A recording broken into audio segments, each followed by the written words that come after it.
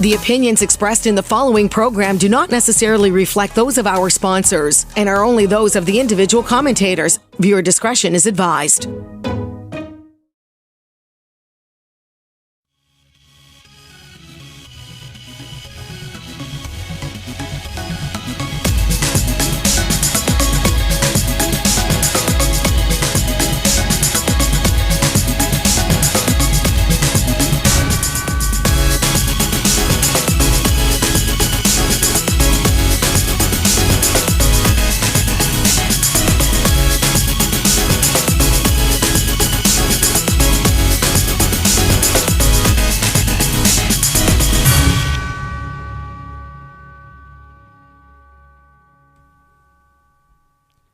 Good evening and welcome to the Raben Report. I'm your host, Elliot Raben, and welcome to this special election, U.S. election 2020 coverage show.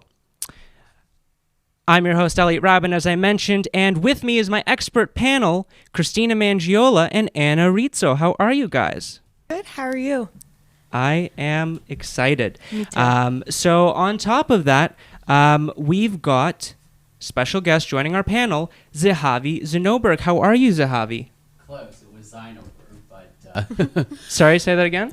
You got my last name very close. It's usually my first name a lot of people mess up, but... My apologies. No worries. You know, it's clearly a hectic time for everybody, so I'm gonna use that excuse. But yes, tonight we are live at a special time for a big 2-hour show focusing on the 2020 U.S. election. We've got so much in store for you tonight, including a big prize brought to you by our sponsor, Primitive Power Training. But before we get to our main topic, let's take a look at our top stories in our weekly update, starting with, unfortunately, terrorist attacks in France. There were 3 terrorist attacks, including a beheading of a teacher, beheading of churchgoers, and a shooting in Nice near a church. Thoughts, guys? I mean... Well, I remember that 2 weeks ago you asked the panel, like, what do you think about these attacks? Do you think they will continue to happen? And I remember that I said yes, because, there is a deep issue that is going on. There is radicalization of certain individuals that is not being addressed, and unfortunately now things have escalated for the worse, because we have President Macron that accused radical Islam, and then we have Erdogan and also other political leaders stating that no, that this is hatred, that this is hate speech. And the reality is that Macron is right on this, and people are not ready to assume this. Yeah. Christina? I agree. I think, he got a lot of backlash for saying that, the Catholic people are, should be, I can't remember the exact words he said, but basically just saying, Catholic people deserve respect just the way that anybody else does. And unfortunately, that was met with a lot of anger, saying it was Islamophobic. But to say that, if you say that Islam is good, then you need to be able to say that Christianity and Catholicism are good as well. So we have to respect all religions, and that includes Catholicism. And there was nothing wrong with what he said. And radical Islam does need to be condemned.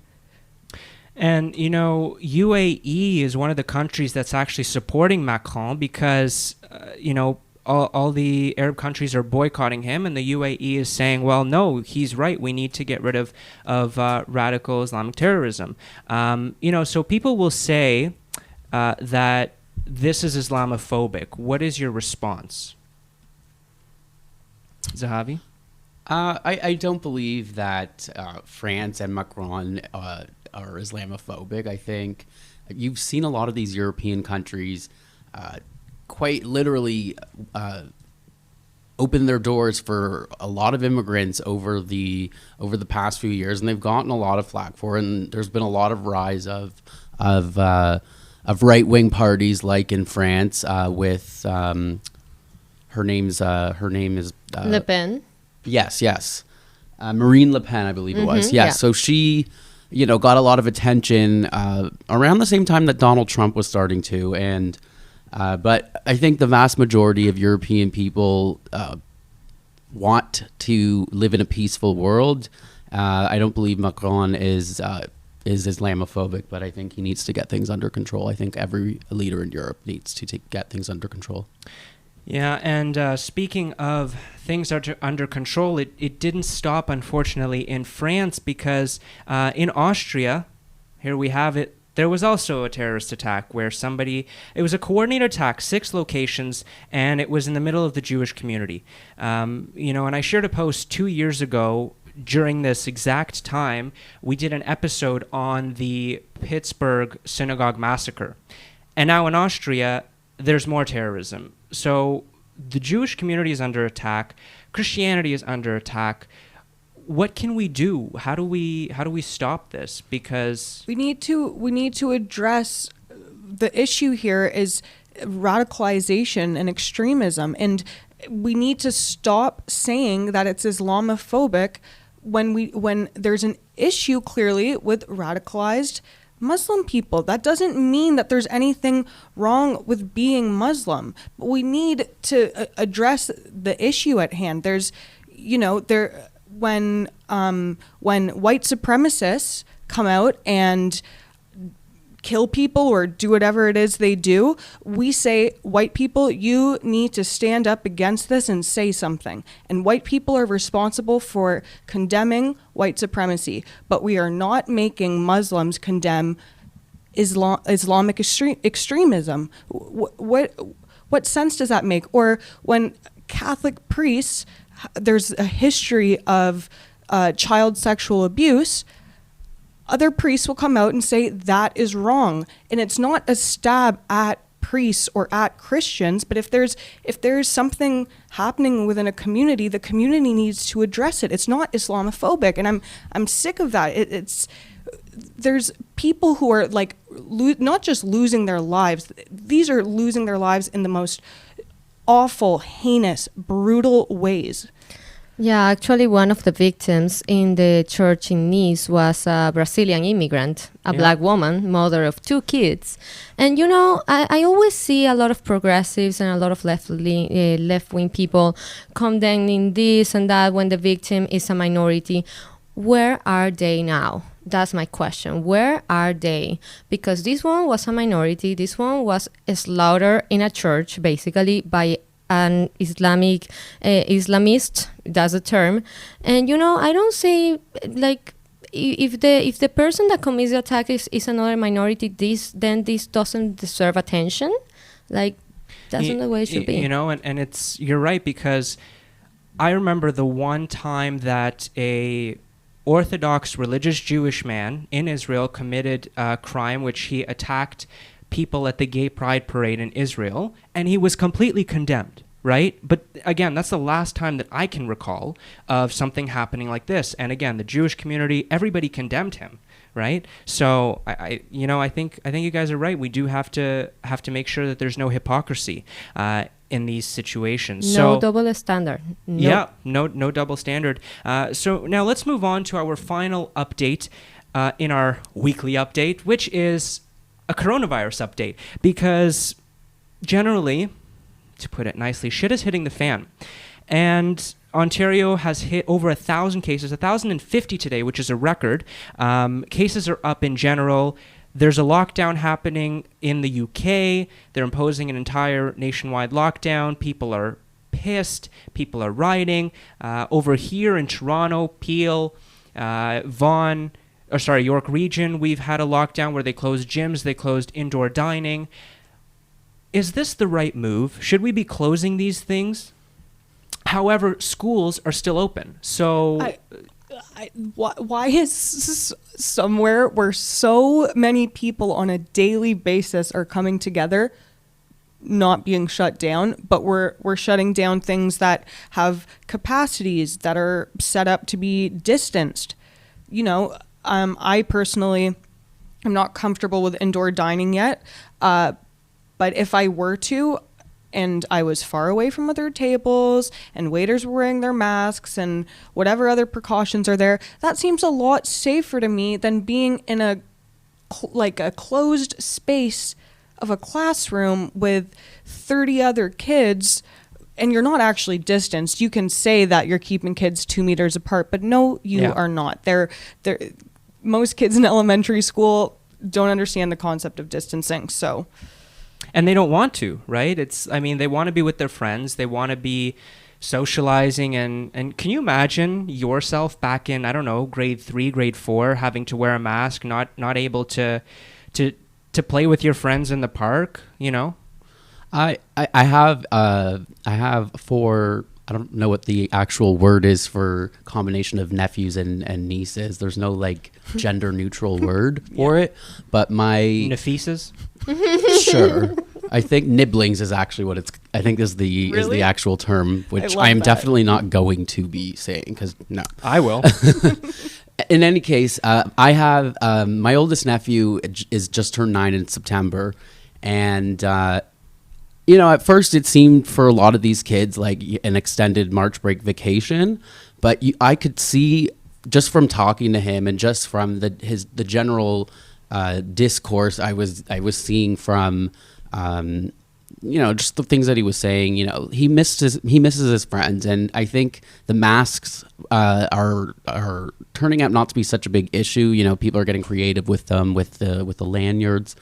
But I do agree that the shutting down of indoor dining was probably done out of precaution, and from the data so far, it looks like that was not really a source of where these outbreaks are happening, as restaurants and gyms are some of the most compliant sectors that providing customer service. So they would actually have the most strict protocols in place and be following the most, because theirs is in the service industry. Yeah, you're absolutely right, because they track people. They're the only place, gyms and restaurants, they actually you have to now write your name and write your phone number so that they can trace you. But in other situations, it's not possible. So, what do you think is going to happen? How long is it going to take for the coronavirus to leave? Because some medical experts are saying that we're going to be stuck with it till 2025.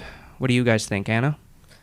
Well, I don't want to imagine a future when I'm going to wear a mask until 2025. It seems completely depressing. And it's actually already getting in my mind. Like, I'm watching a movie and suddenly I see a lot of people in the movie coming together without mask, and a part of my brain. Yeah, exactly. And I'm like, wait, that wasn't recently, but still. Way too close together. Like, I'm watching a show from the 90s and they get so close to each other. I'm like, you guys need to give each other space. That's what I'm feeling too. And I'm like, oh my God, if I'm already starting thinking that way, it's because it's already in a part of my brain normalizing this situation, right? And honestly, what concerns me about a new lockdown is the fact that how the economy is going to tolerate this. Like, how can business resist this impact? Business owner, I honestly feel depressed when I walk around Queen Street and I see so many places that have been shut down. It's sad. Businesses are struggling, and that's the only thing we can do is to support them, right? So if you can't dine indoors, take out, delivery, So I think they need help, but that's where we're going to leave it for the coronavirus update. Now let's move on to our main topic, which is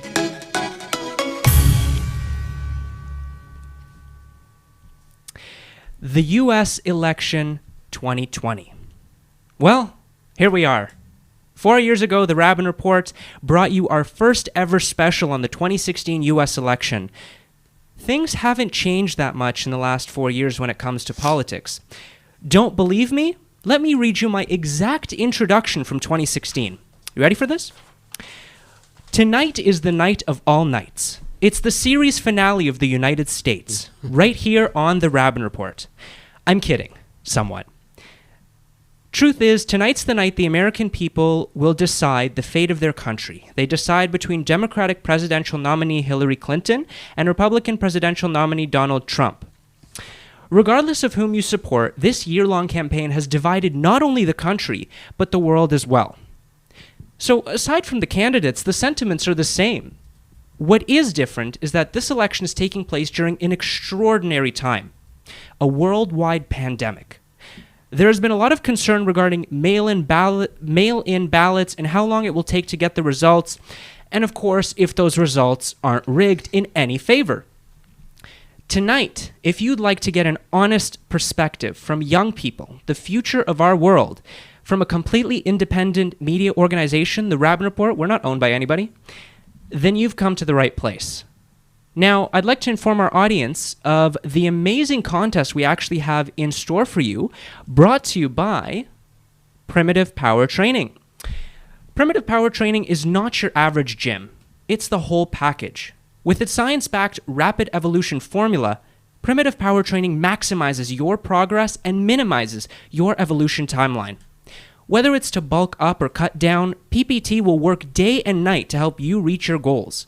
Your Rapid Evolution coach is always by your side, motivating you through your workouts and monitoring your meal plans. Joining PPT isn't about going to the gym. It's about changing your life. For more information, go to primitivepowertraining.com. And right now, if you text PPT to 647-217-1116 with code The Raben Report, you'll receive 2 whole weeks free. So don't wait. Call or text now to change your life. So you must be wondering, what is the lucky prize?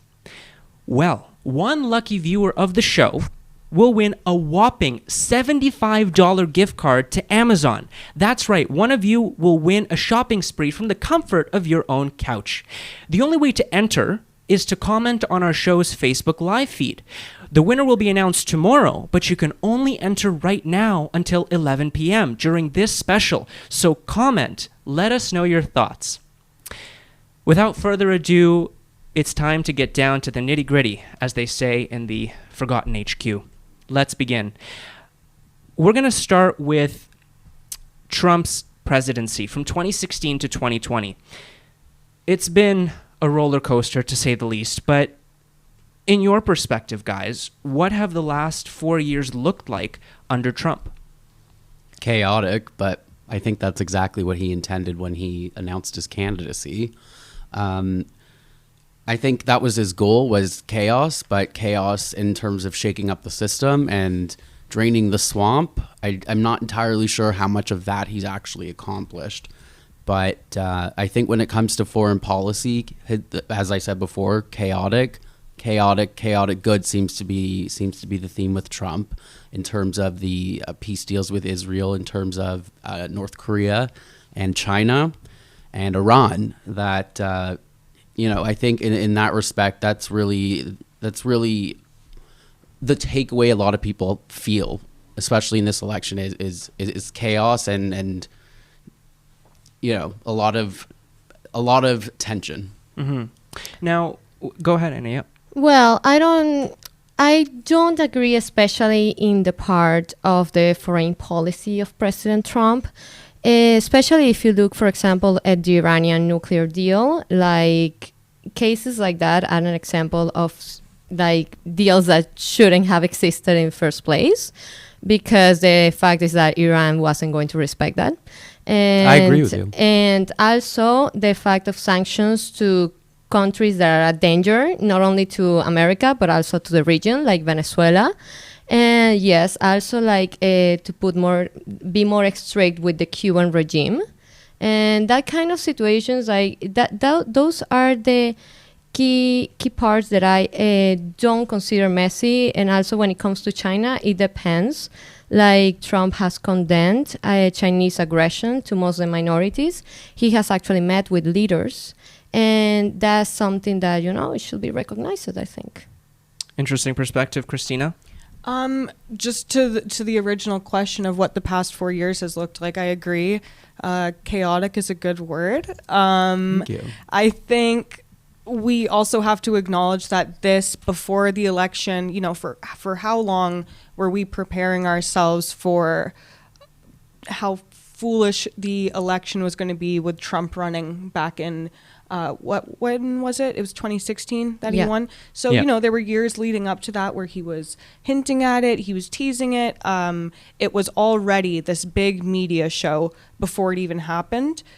So I don't think we should be surprised that it ended. I think there was a lot of external factors like social media and whatnot that definitely made it seem a lot scarier than maybe it was. But also, I don't know. I'm not in the States. I don't know the direct impact, of course. I can only read about it, but I don't have the actual experience of being in the U.S. But, yeah. I have anecdotal evidence, but that's exactly what it is at best, is anecdotal evidence from the people I know from. I went to a summer camp in the United States, and a lot of the people I know from there tend to be traditionally conservative in terms of the fiscal policy and foreign policy. But a lot of them felt that Donald Trump does not represent their values as conservatives. He does not represent their values of what they want, how a president should behave. And a lot of them are either sitting it out, or they either sat the previous election out, or they're voting for Joe Biden.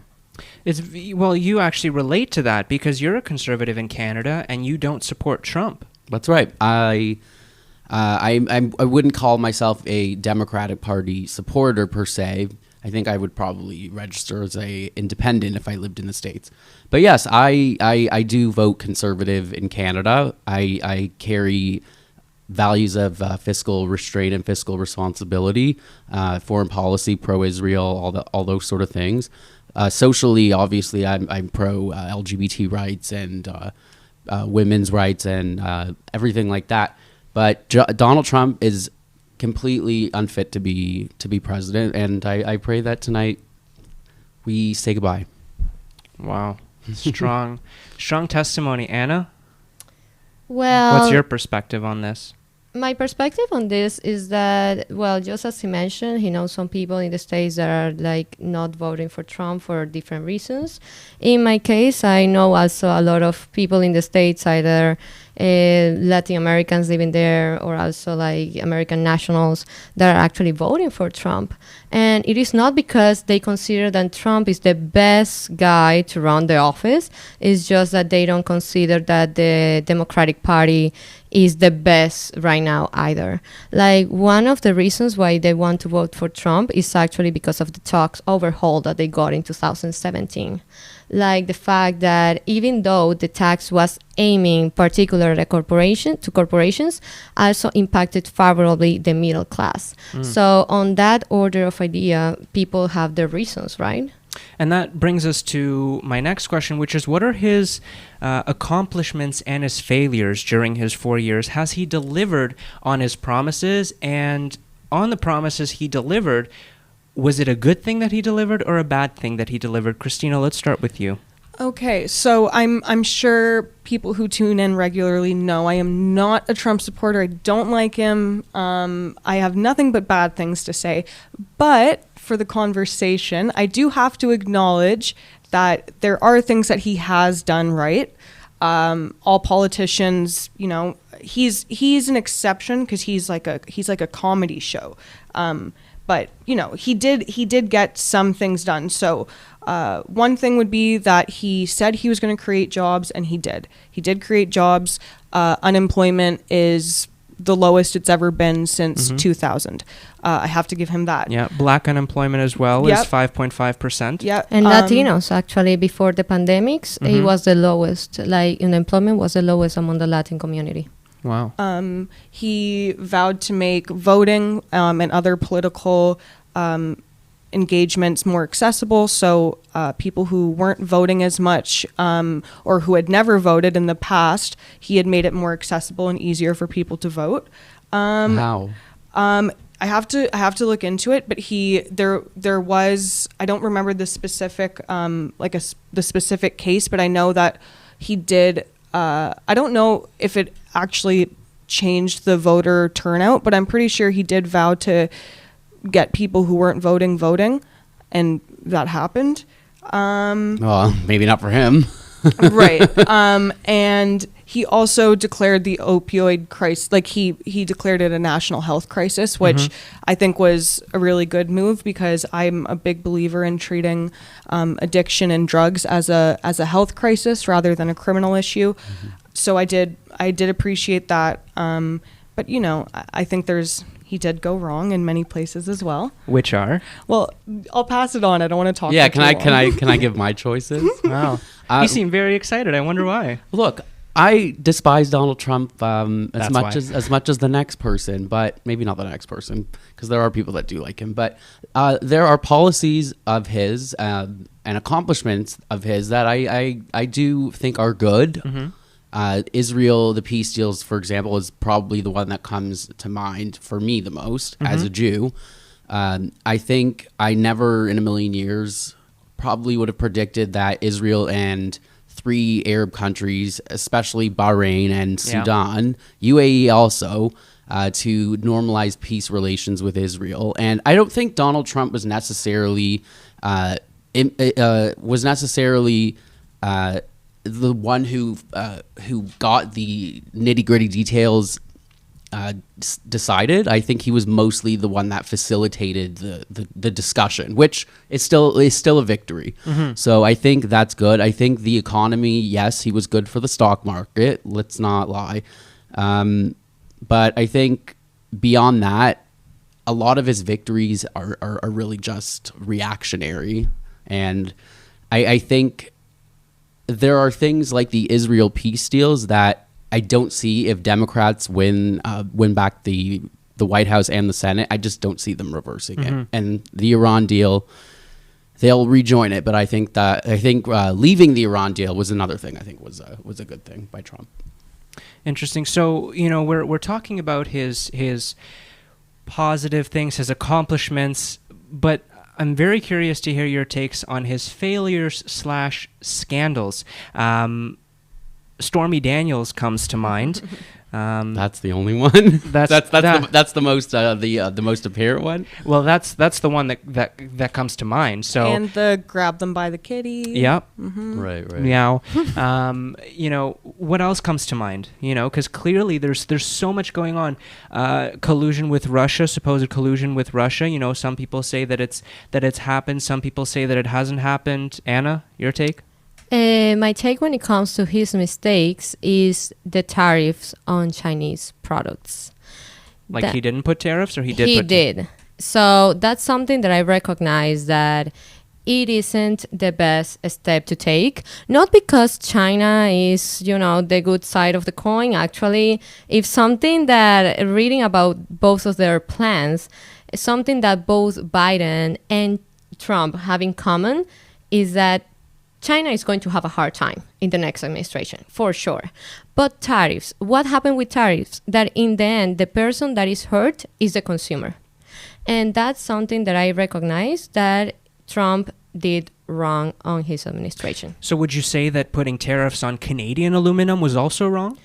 Yes, I don't agree with doing that because, once again, the hurt one is the consumer, but also Canadian economy can be very protectionist as well. And, you know, that's also another side of the coin, but that's for another topic of discussion.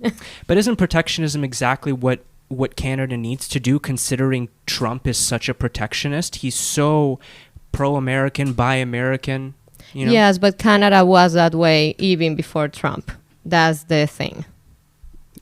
I think as America's largest trading partner, a Buy America policy is bad for Canada. The tariffs are bad for Canada, which is why I can't for the life of me understand why conservatives who love this country, yes, you can agree ideologically with Republicans, but from a Canadian perspective, I can't for the life of me understand why people think his tariffs are good, because they are actually killing the industries here. And I think we actually need, on the flip side, is a pro-Canada policy, because we have so much ingenuity in this country.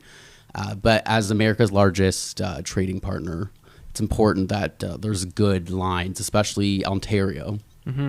And he did it twice, didn't he? He put tariffs on, then he took them off, then he took them off. Like, is this the hokey pokey? You put it in, you put it like. Why is he flip flopping on these decisions? Well, I think it's reaction to Trudeau talking crap about him, but also I think he's trying to enforce a sort of you wanna play dice with me, then pay more tax. I'm gonna make you pay more tariffs. Whereas Trudeau then also wants to play ball with him and say, you think I'm not going to fight back? I will, because Trump thinks everyone's scared of him because a lot of the foreign leaders tend to be. But Trudeau obviously feels he has enough of a rationale to take on the president, where he took a more cautious approach in the first few years of Trump's presidency. Would you say Trudeau has a very special approach to dealing with Trump? He's very diplomatic, but he has thoughts in mind that he still gets across without being crass or rude?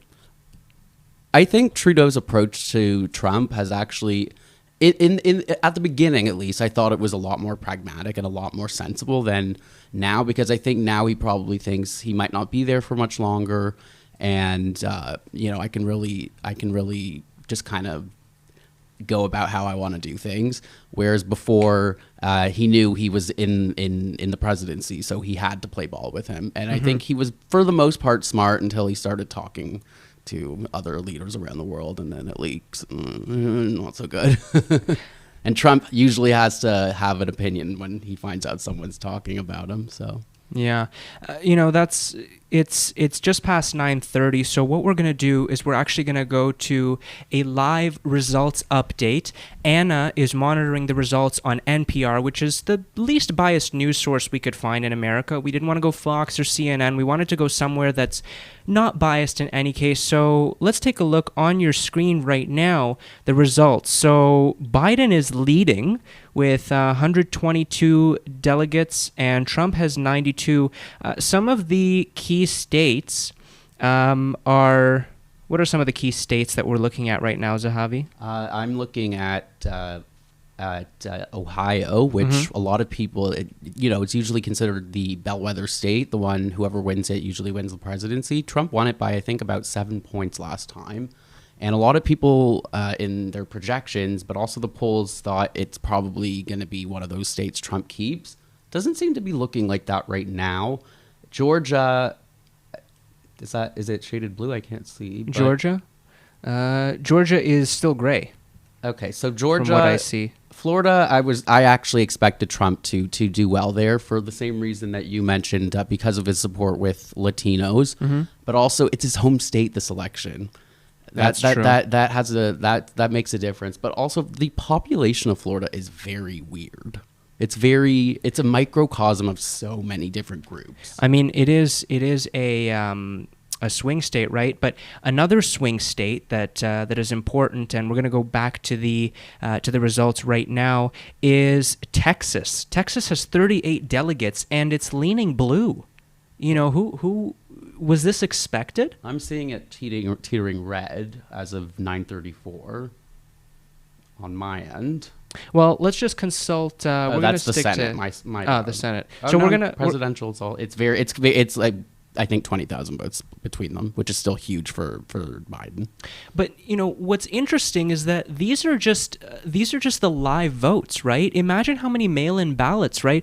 And this wouldn't be the first time that we find out who the winner is not on the day of, because with Bush and Gore, I believe it went to the Supreme Court, and Florida had to have a recount because it was so close there, right? So how long do you guys think it's going to take to actually get results, to actually get the final results? I was really hoping that we're all excited and we want to know what's going to happen. So I was really hoping it was going to happen tonight.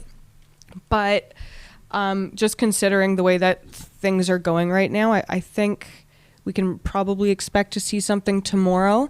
I mean, fingers crossed we get something tonight, but I'm assuming that we might have to wait until sometime tomorrow. I think that it might take even more than a week to be honest, to Really? see, yeah, like to Wow. count everything. And one of the concerns that some of my friends have is that, hey, Anna, what if, someone takes the early results and I'm the new president of the United States? What happens if the results switch? And, that is going to create issues if that actually happens.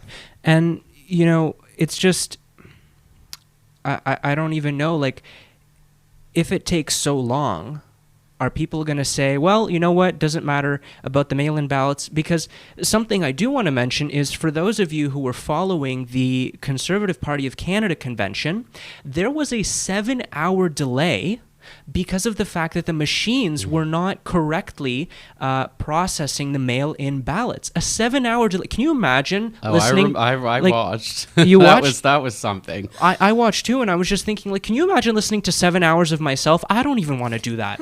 So imagine what's going on in here. So imagine the delays that are going to happen with so many mail-in ballots. 100 million people voted in advanced polling. 100 million. That's about 70%, according to CTV. 70% of the entire population that voted in the previous election.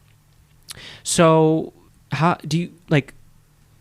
High turnout tends to favor not the incumbent, so in this case Trump. Mm-hmm. But I think the reason why turnout is that high so early, I think, is because of the accessibility to be able to vote. More people are going to vote if it's easier for them, if they don't have to lift their feet and get up and go to vote early. But I think for a lot of people, because of the pandemic, obviously mail-in voting was the only option for many people. Mm-hmm. But it looks like they're actually counting the results a lot more. A lot quicker than a lot of people were saying they were supposed to. Yeah. Well, again, we're going to have another check-in with the results in about 20 to 25 minutes, but let's move on to our initial predictions, right? So, I mean, it's kind of thrown in the trash a little bit because of certain results, but let's talk about what everyone here thought about which states will go which way. So each of us filled out a Road to 270 kind of quiz online, and hopefully you guys did too. Christina, what are your predictions on some key states like Florida, Texas? Okay, so I just have to look back on it. I know that I think I had said this before, but my prediction is Trump, not because I want that, but just because based off of the last election, thinking that he wasn't going to win, and he did. Mm-hmm. I'm kind of just at this point, America wanted it then. I still see that happening again a second time, and it's also, and Anna actually mentioned before the show, and I think she made a good point where she said, if Trump loses, then it'll be a really nice surprise for you. Mm-hmm. So I'm gonna look at it that way, but so Florida, I'm saying, is going to be Republican. Texas, what are these other ones? Sorry, I'm not great with the letters. The for states. The states, yes. Yeah. For the states, the abbreviations Yeah. is what I mean. But I'm predicting the majority is going to be Trump. Now, before we get to Anna and Zehavi, since you are predicting what's going on right now, why don't we consult our poll? Because that's the question that's on everybody's minds. We asked our audience, who do you think is going to win the U.S. election? And we had a record over 100 people vote, but we cut it off at 100. And Christina, what were the results? So the results were for Instagram, 40% of the votes were in support, 49, not 40. 49 were Biden and 51 were Trump. So that's actually a really close vote. But we saw a pretty dramatic difference on Facebook where it was 27% Biden and 73% Trump. Yeah, sorry about that. I don't have my glasses, so that 9 looked like a 0. No, that's okay. I mean, you had one job, but it's fine. I had one job. I kid, of course. I'll cry later. So, those were the results of our Instagram poll. Thank you to everybody that voted. I mean, everybody is talking about voting and how important it is. So the fact that the people that voted on Instagram took the time to do that, thank you. Thank you very much. So let's move on to Anna. What are your predictions? Who do you think is going to win? Well, if you asked me last week, I was going to be like, yeah, sure, Donald Trump is going to win. But last night I started to fill out this information. And then when I was looking at the states, like my expectation was a really close gap between Republicans and Democrats. And of course, Florida, I honestly thought that they were going to go Republican. Texas, I expected them to vote red, but apparently, as we can see, that tendency is changing. And honestly, one of my takes was Pennsylvania. And Pennsylvania, I still think that they can go red. That's a swing state, right? Mm-hmm. And Zehavi, what were your predictions? Okay, so I had Biden at 384 and Trump at 154. Earlier today, I had Biden winning Florida. Mm-hmm. But then, so for Florida, I have it going red, which I think it's already going anyway, which is fine for Biden. He doesn't need it because he's actually overperforming in Ohio, which I projected to go blue, where a lot of people didn't, because I believe the Midwest is sort of going to go the same way altogether like it did last time, and it usually does that anyway. So I couldn't see Michigan and Pennsylvania going blue, which I project they will, without Ohio. And so far it looks like Ohio is going in that direction. I also have Iowa going blue. I think I predicted a Biden blowout. Not quite at the 400 electoral college votes level yet, but I have Texas just because I believe the demographics are changing so rapidly that I think they'll eke out a very small win. If they don't, they don't. But that's still huge for the state that everyone thinks is the Wild West. Now it's certainly not looking like that. So, we've talked about our predictions. Let's move on now to the campaigns and the debates, because again, roller coaster, speechless. They've been rocked by controversy on both sides. What were the campaign strategies of each candidate? Let's start with Trump. Christina. Of course, both. It's always about attacks on the other. I think Trump carried out his campaigning the same way he did with Obama, just very, I found it to be, I mean, Biden did the same thing, but very malicious attacking Biden and that sort of thing. So I thought it was unprofessional as usual, and I think it was very similar to the way that he handled the election with Obama as well. Zehavi? I think his strategy was to motivate his base, which before COVID happened, I think he probably had a lot of people who were going to reluctantly vote for him on his record on the economy, which up until the beginning of the pandemic was, for argument's sake, probably good. But I think now it's really just then the strategy became about painting the Democrats as radical with the selection of Kamala Harris as Joe Biden's running mate, because she did take on a lot more progressive positions on things in the primaries when she was a candidate.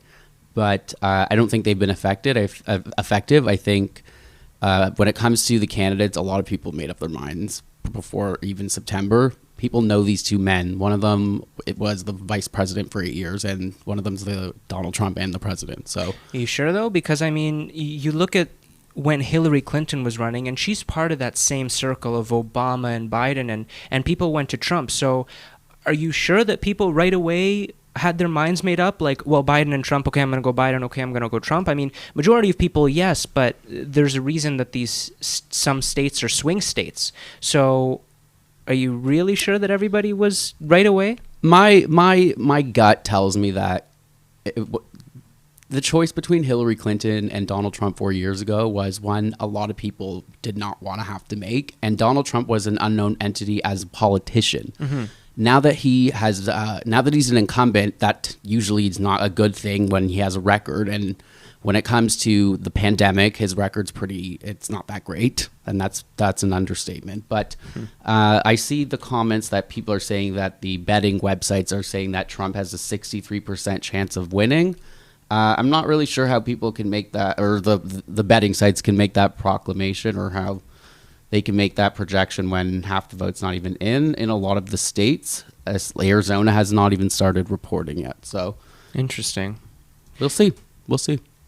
We'll definitely see. I mean, that's what this whole night is for. I mean, as Canadians, we're just watching, and we're going to get to the impact on Canada soon. But first, who won the debates that took place? I mean, there were supposed to be 3. Then Trump got coronavirus, and he didn't want to do a virtual debate, so they canceled the second debate, and there were only 2 debates as such. Who won? When it comes to the first debate, well, that was completely bananas. Like, both of them just attack each other constantly. I still think that Trump made good points. Like, for example, one of the cases was like when Trump dared Joe Biden to condemn the extreme left, like Antifa. And he was like, you could tell that he was in a very difficult situation sometimes. And well, that's it. Like, I think he did well, even with all the craziness. Like, of course, the second debate went far better than the first one. I think it was more boring, but it's because, the bananas were not there, and they started to mute the mics, which was a good strategy. And also I like it more in the second debate. The moderator was better in my perspective. Now, you mentioned condemning the left, though. To push back on that, Trump was specifically asked to condemn white supremacists and the Proud Boys, and he didn't. He said sure, and then he said Proud Boys stand back or stand by. Well, the Proud Boys, in my opinion, they are not a white supremacist organization. And why is that? Because they have people of color in their organization. And not only that, they have Latinos, they have Afro-Americans. Like, when you think about it, yes, they are a right-wing organization, not the kind of political activism that I would engage with, to be honest with you, because they are their strategies are kind of crazy.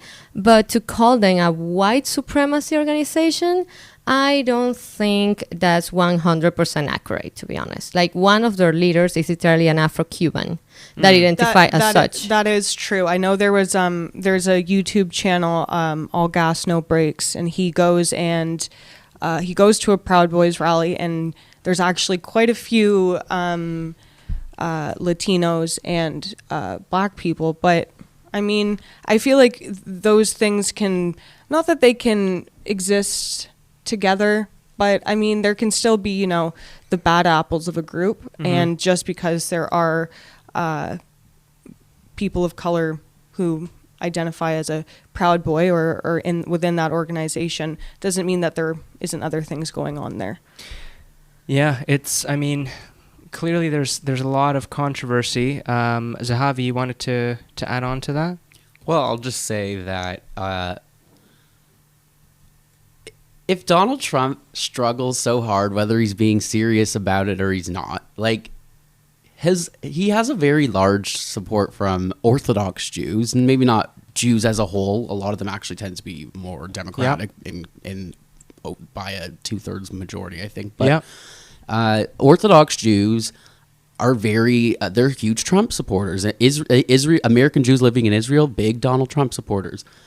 To me, it is so mind-blowing that when he, whether jokingly or not, kind of struggles to condemn white supremacy groups, these sort of things. It's on more than one occasion. It's a problem. It's a big problem. And regarding the ethnicity and the racial makeup of that group, I don't think it really matters what your race is. If you are part of a group that believes in the things that the Proud Boys do, and not to sound like a broken record like the Democrats, but with Charlottesville, I don't care if it's a joke. You do not joke about, there are fine people on both sides. No, there are not. Actually, there's. But it's because in both sides you can find fine people or you can find ugly people, like in Proud Boys or Antifa. Like they're both extreme organizations. They're both radical, and I think they're both wrong. I'm not suggesting that Antifa's in the clear in any way. And one comment just from Tamar, she says, just because you have a minority on your side does not mean they represent the entire minority. Mm-hmm. So I think that's a good point to make too, that you can have minorities on your team, but that doesn't necessarily mean they could be in the minority, literally. Yeah. So. Yeah, and she adds also, as an Orthodox Jew, I can say that. So.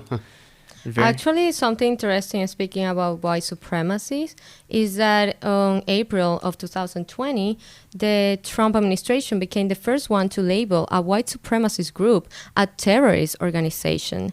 And that designation happened to an ultra-nationalist paramilitary group based on Russia. That's great, but why does he then have Jewish cemeteries, as of last night, have the word Trump spray painted on the tombstones of Jewish people? It wasn't a swastika per se, but I'm sure the intention was not positive.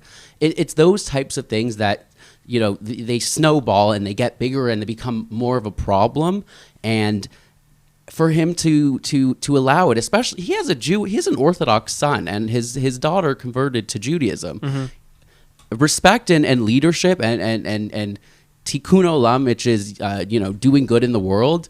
Those are Jewish values, and for me, it's quite frankly surprising that a lot of Orthodox Jews. I respect everyone's right who they want to vote for. I'm no issues there, but it's kind of confusing to me that they support that, because it goes so much against the values of Jewish people, and I feel like it's sort of.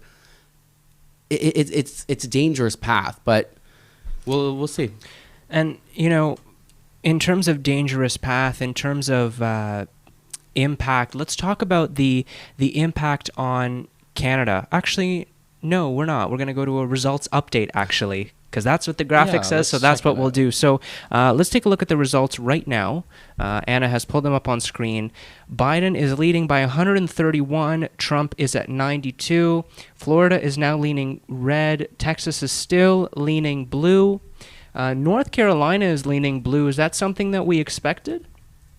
I had North Carolina going blue, but Trump won it last time. I expected it to be close. Mm-hmm. What else? Colorado, New Mexico. Did we expect them to win? New Mexico, I think, is already a pretty blue state. Mm-hmm. Colorado, John Hickenlooper, who ran for president against Joe Biden. He was one of the also-rans that ran for the Democratic nomination. He ran for Senate. He flipped the Senate, that Senate seat. It looks like the Senate's going pretty well for the Democrats. Mitch McConnell, I didn't think he was going to lose. Mm-hmm. I don't know how well Lindsey Graham is doing. I'm interested to see how well he's doing, because that one is a very talked about race. Well, we're going to come back to the results later on in the show, but we have to touch upon the impact on Canada, because that's really important. What kind of impact does the U.S. president have on Canada?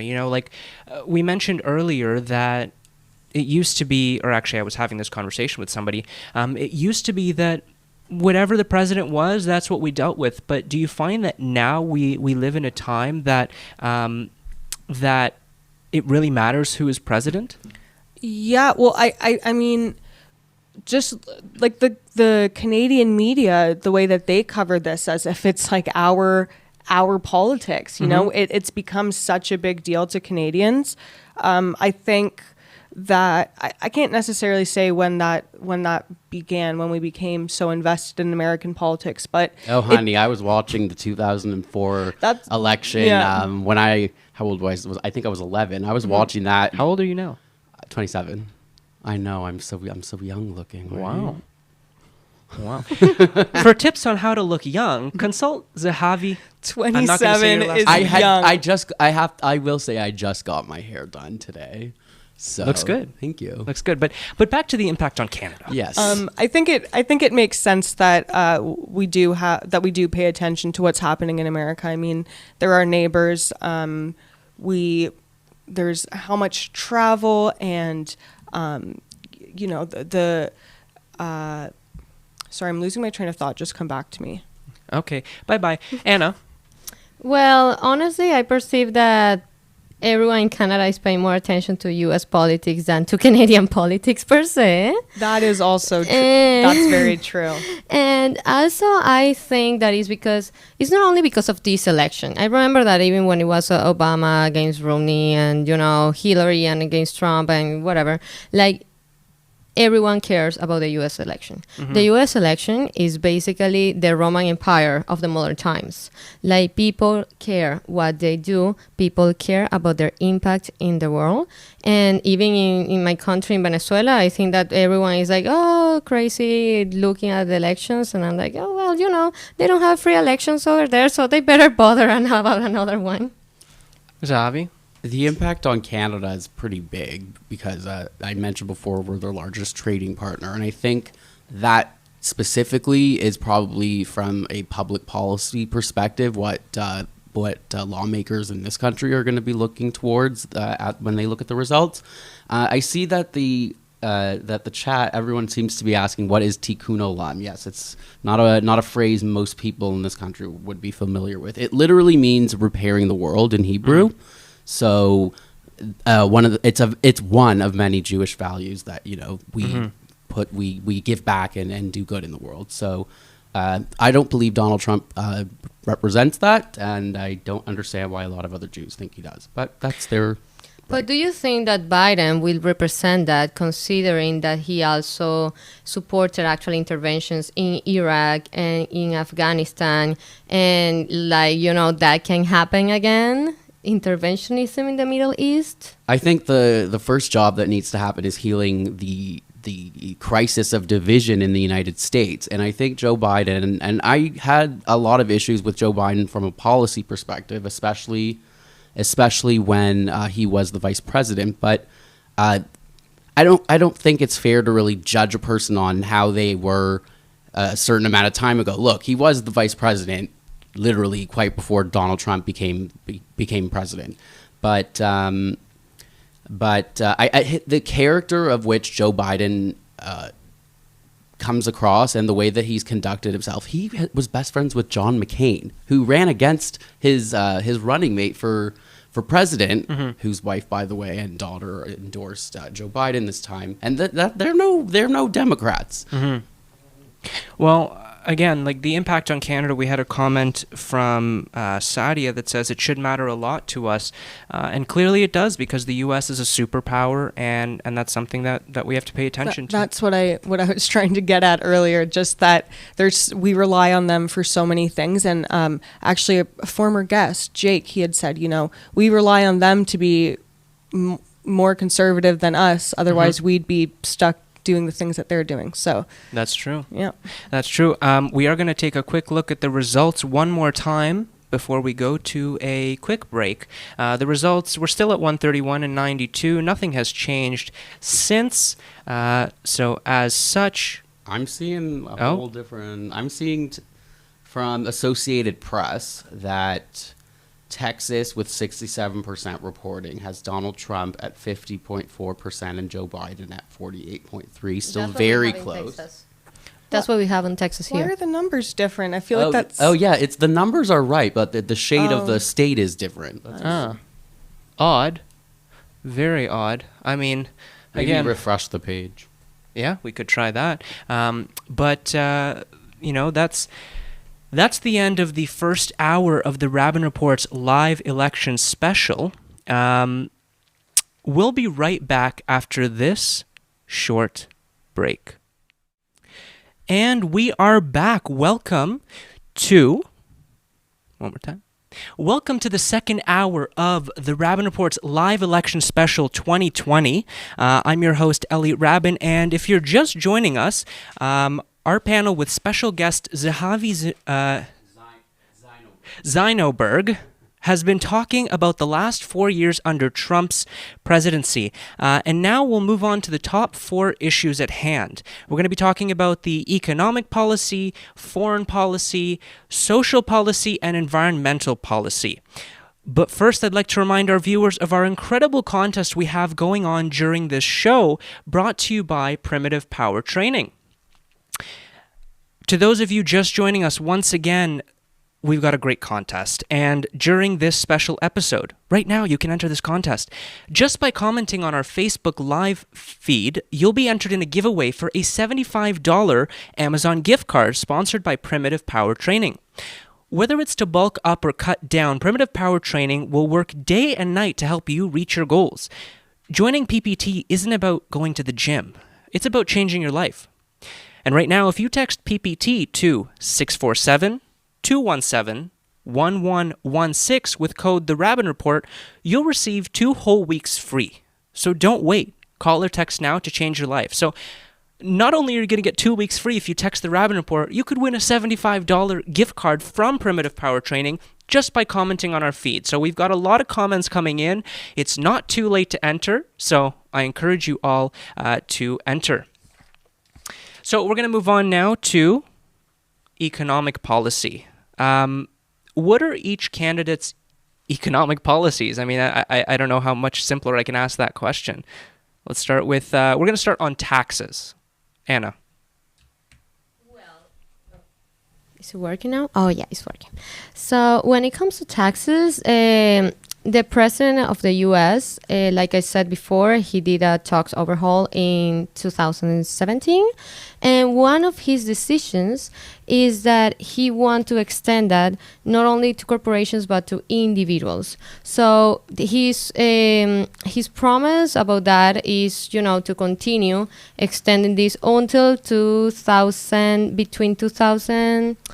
Yes, actually, it's set to expire in 2025, these tax cuts.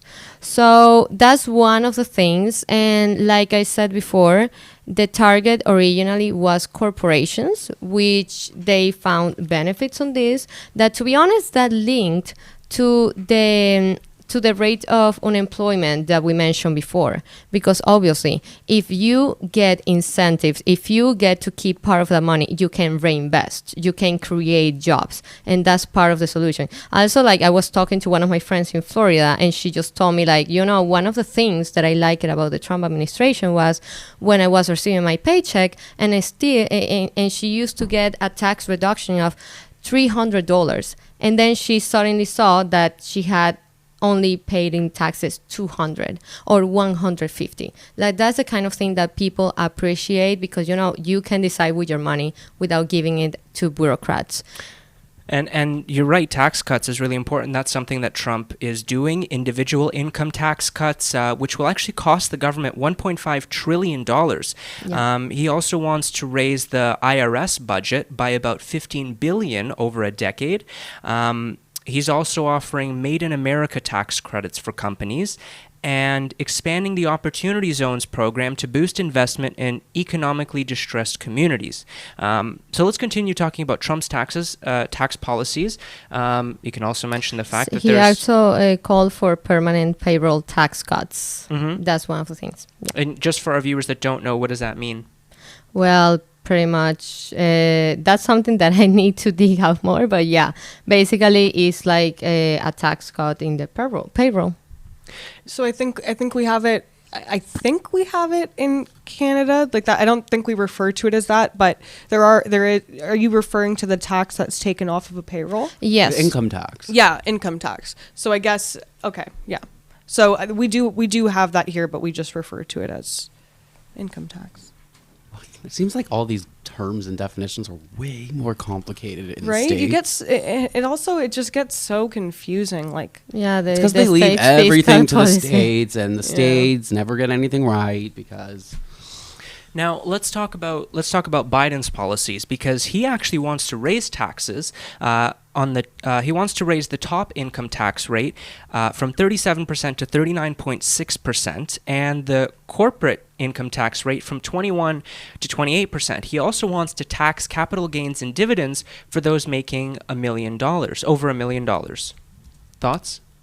Well, it's in line with Democratic policy, but it's obviously more progressive in terms of a tax policy than I think Hillary Clinton would have actually governed on had she won. And I think that's largely at the influence of the progressive wing of the Democratic Party. I don't believe Joe Biden himself supports the Green New Deal. I think he supports it in theory and in certain objectives relating to it, but it'll be interesting to see if Joe Biden wins tonight, how what his cabinet will look like in terms of the who's picked to run things like the Treasury. Is he going to put Elizabeth Warren, who's more progressive, who wants big structural change, is her way of saying it? But there's no question that taxes would probably go up in a Biden administration, but I wouldn't expect anything less. I think to flip back to Trump's policy economic-wise, he's actually added to the debt faster than any Democrat has added to the debt before. Anyone that suggests that Donald Trump is some sort of fiscal hawk is seriously and that he's making America money, because he's not. He is added to the debt. Yeah, okay, pre-COVID. I don't think it's fair to say he's added to the debt. I was going to ask COVID. you, Yeah. is it partly because of COVID that there's debt, or was he doing it before? He had added it to it in the trillions before COVID. COVID, I understandably, it got bigger. In Canada, it's a whole different story. But he's added to the debt. He has not been a fiscal conservative in any way. So let's talk about jobs then, because that's something that everybody talks about. Jobs, jobs, jobs. His policy, to put it simply, is buy American, hire American, whereas Biden's is that he wants to raise the minimum wage to $15 an hour. How do both of these policies compare to each other? And, do you think that a buy American, hire American policy is better, or do you think that the minimum wage needs more attention? That's a hard one. I don't know if I have.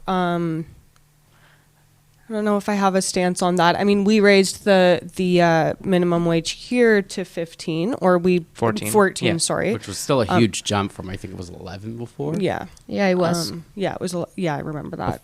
In the States, though, you have to remember the magnitude of tax increases is so it's big, because the population is double, if not more, the size of Canada's. So, which is why the words like socialism and raising, they're dirty words in the States, probably for the right reason. But I also just lost my train of thought. With Trump, though, I think debt isn't real. Well, debt isn't real. I mean, maybe Bernie Sanders wants to cancel student loan debts. I want to cancel my order, even though, So I think economic policy is probably going to taxes are going to go up if Biden gets in. There's no question. And only to add to the part of the minimum wage, I don't think that increasing the minimum wage will actually increase the conditions of workers. I don't think it's going to create a better situation for employment. And as a matter of fact, I always take the case of Ontario when they increased the minimum wage as an example. Mm-hmm. I was working back then as a waitress, and I could see how, we are getting paid a little bit more, and then we started to get less and less shifts. And people started to be like, some of the waitresses, they were fired just like that. And that happened usually, I read a report, especially in Seattle, because Seattle was a city that increased the minimum wage in the past. And especially the restaurant industry, they were impacted. So I don't think this is going to affect people who are already getting minimum wage. Now, in terms of affecting people, let's talk about healthcare, because that's something that that has been at the forefront of the discussion on policies. Trump wants to cut spending to healthcare, Medicaid $900 billion and Medicare $450 billion. And he also committed to bring drug prices down, but that really hasn't happened yet. On the other hand, Biden's plan will insure more than an estimated 97% of Americans and will cost $750 billion over a decade. And he says it will be paid through revenue from his capital gains reform. There have been a lot of people who said there's issues with Medicaid and Medicare, whereas the other side will say that Trump just wants to cut health care. What are those supposed issues with Medicaid and Medicare? That's the reason that Trump doesn't like Obamacare and all that. Why? Because it's expensive. They think people who would get it from their work, why should they have to pay more for health care? I'm of the opinion that healthcare is a human right and that it should be accessible. I get the complicated, the way that it is in the States is very complicated and it's a much more divisive issue than it is here for obvious reasons. But I don't think Trump hates people having healthcare. I just think he wants to have the legacy with respect to him being the one that's going to repeal Obamacare and enact something better or expand what people have. And I think what Trump's healthcare plans tend to do is obviously favor people who are wealthier. But I do believe that the COVID pandemic is obviously going to give a lot of people more of a reason to support expanding healthcare. And there's just a comment from Marcia. She says, healthcare, he just killed 220,000 Americans because of his inappropriate healthcare response. When it comes to healthcare, though, one of the reasons why he was so against Obamacare is actually because many Americans were against Obamacare. Like, I was just talking to one of my friends, and she just told me, like, she used to pay per month $700 in her private insurance, and it's because Obamacare was subsidized with the money that some people were paying with the private insurance. So one of the questions is, why do I have to subsidize the healthcare of others? And that's a very fair question, because if it's your hard work and if it's your time investing in working hard, why should you be the one charged with this?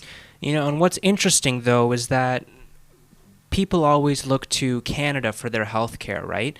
How it's so great here. But a lot of the time, people in Canada, they can't wait so long, so they go to the States to have their procedures done. But on the other hand, Trump's response to COVID-19, since we're talking about it, he's played it down, and he said that the reason that there's so many cases is because they're doing too many testing. Well, that's the only way you find out. Like, he can be such an trial and error. I know, but he's just such an idiot. Like, Marcia, another comment she said was, his lack of response is the reason so many are dead. Remember when he said stop the testing? Yeah. Well, it's like, if we just you knew his sorry to interrupt, no, but okay. You knew his response was a bit of a dice roll when he started calling it things like the China virus, the Kung flu, God knows what else. But like, I laugh at it too because that it's like funny but it's not funny. It's funny because it's so not funny. But like. He thought it was going to be done by April, that there would be a vaccine by now. None of that's happened because none of it was going to happen. This is a guy who just wants a reaction from people. He, like, of all things, funnily, today, he was the least, he was pretty calm. He seemed not that confident that he was going to win again, but looks like he's doing better than he. And we do have a comment from... Tamar, yeah. She says, I work hard and I'm not in a low tax bracket, and I love paying taxes to support our free health care to others in Canada. And I gotta agree with her. It's not often you hear someone saying, I love paying taxes. Yeah, but that should be to a person's discretion. That should be an individual decision. Not because you love paying taxes to the healthcare of other people. Everyone else should be obligated to feel that way. So sorry to interrupt. Someone said that he was kidding, which I'm assuming is in response to the Kung flu. Mm-hmm. If he was kidding, he would have said it one time. He said it like 700 times since. I think he might have been responding to a comment. Another one from Marsha. She said he suggested injecting bleach as a cure. I don't know which one. Kobe's Both things are still silly. Yeah, and I mean he can say these things as a joke, but he can't forget that he is the president of the United States. People listen to everything that comes out of his mouth. People are very impressionable, as you can see. Speaking to a screen with like millions of people watching, you think there aren't going to be a couple people who are like, "Oh, I should inject bleach to, prevent COVID." I get that it's a joke, but when you're the president of the United States, people take you seriously, or they're supposed to. And he, for all that time he was on I can never get the word right. Hydrochloroquine, the malaria drug that he took for COVID. He still got COVID.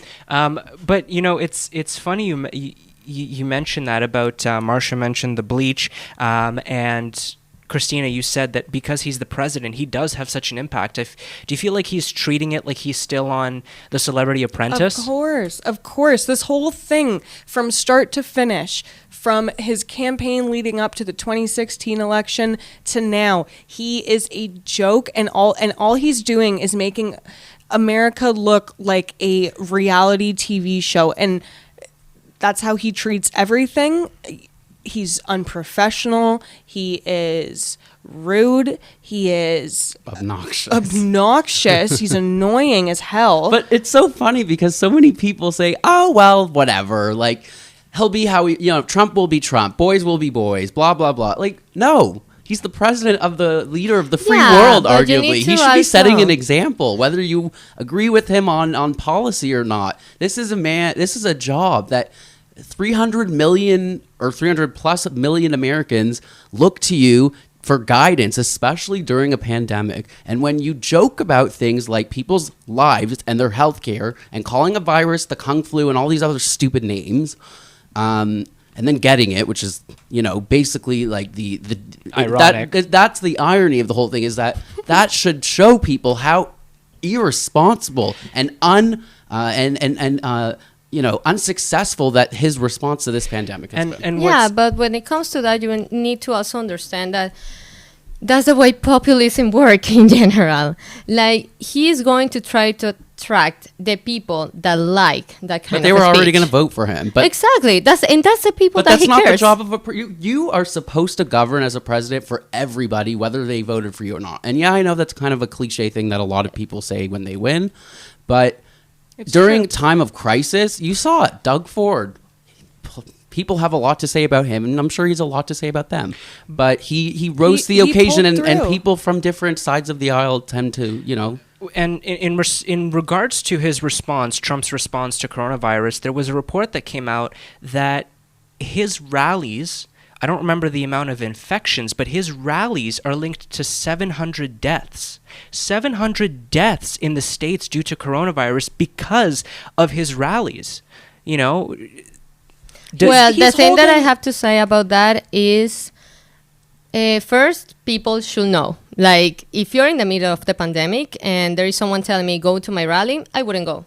Like, that's individual responsibility on that matter. But again, it's he's the president, and his words have a lot of influence, just like with the bleach. And we also have to understand that, of course, we all have an individual responsibility to take care of ourselves and to take care of others, of course. But we also have to acknowledge that as the president, the sway that you can have on people, the way you can say something and convince them to do something that they may be, like coming to a rally.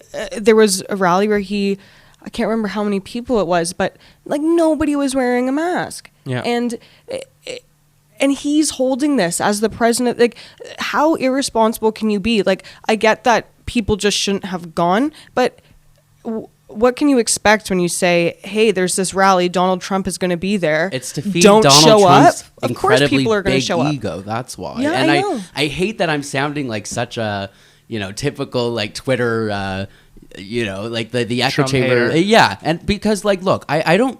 The thing is, you're making points about it. You're not just screaming like Trump sucks. You're bringing up points of why you don't believe that he is the right. He's failed. I think he has fundamentally failed as a leader, as a president.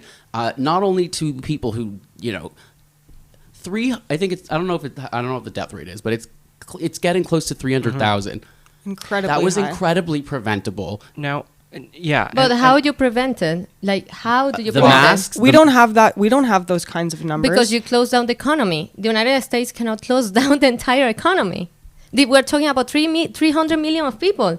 What are they going to do? The Starve? masks have proven to slow the spread. Exactly. Do it. Okay, perfect. But what But else? he's not. He's not doing he's it. not- I'm he's sorry. not- He's not. he's doing not it. putting a mocks Mandate on it. He's not mandating it. He's not. He's not wearing a mask. He's not putting a mandate on it. So, yes, there's so much evidence that, like, look, if you're not going to close down the economy, just make people wear their masks. But there's no mask mandate, and that's and he's himself as the president, like, refuses to wear, like, he wears his mask, but not I really. haven't seen him wear it. No, maybe he for the has first worn it, day. so yeah. I've seen it maybe He wears two- it. He wears yeah. it. But that's why when the event when Justice Coney Barrett, this was before she obviously was confirmed, but We're going to talk about that later, though. there was a White House outbreak of COVID. That should be example and example A of how ill-advised this man is and how completely reckless And he that has is been in entirely avoidable. handling Yeah. this pandemic. Now, I'm going to give Anna the first word on our next subject, but before we go there, Zehavi, you mentioned something very important, that you think that he has failed. Well, let's see what the American people think with another check on the results. Right here. Let's take a look. Okay, so he's gained. Trump has gained more electoral votes, while Biden has stayed the same, 131 to 98. There's a huge discrepancy, though.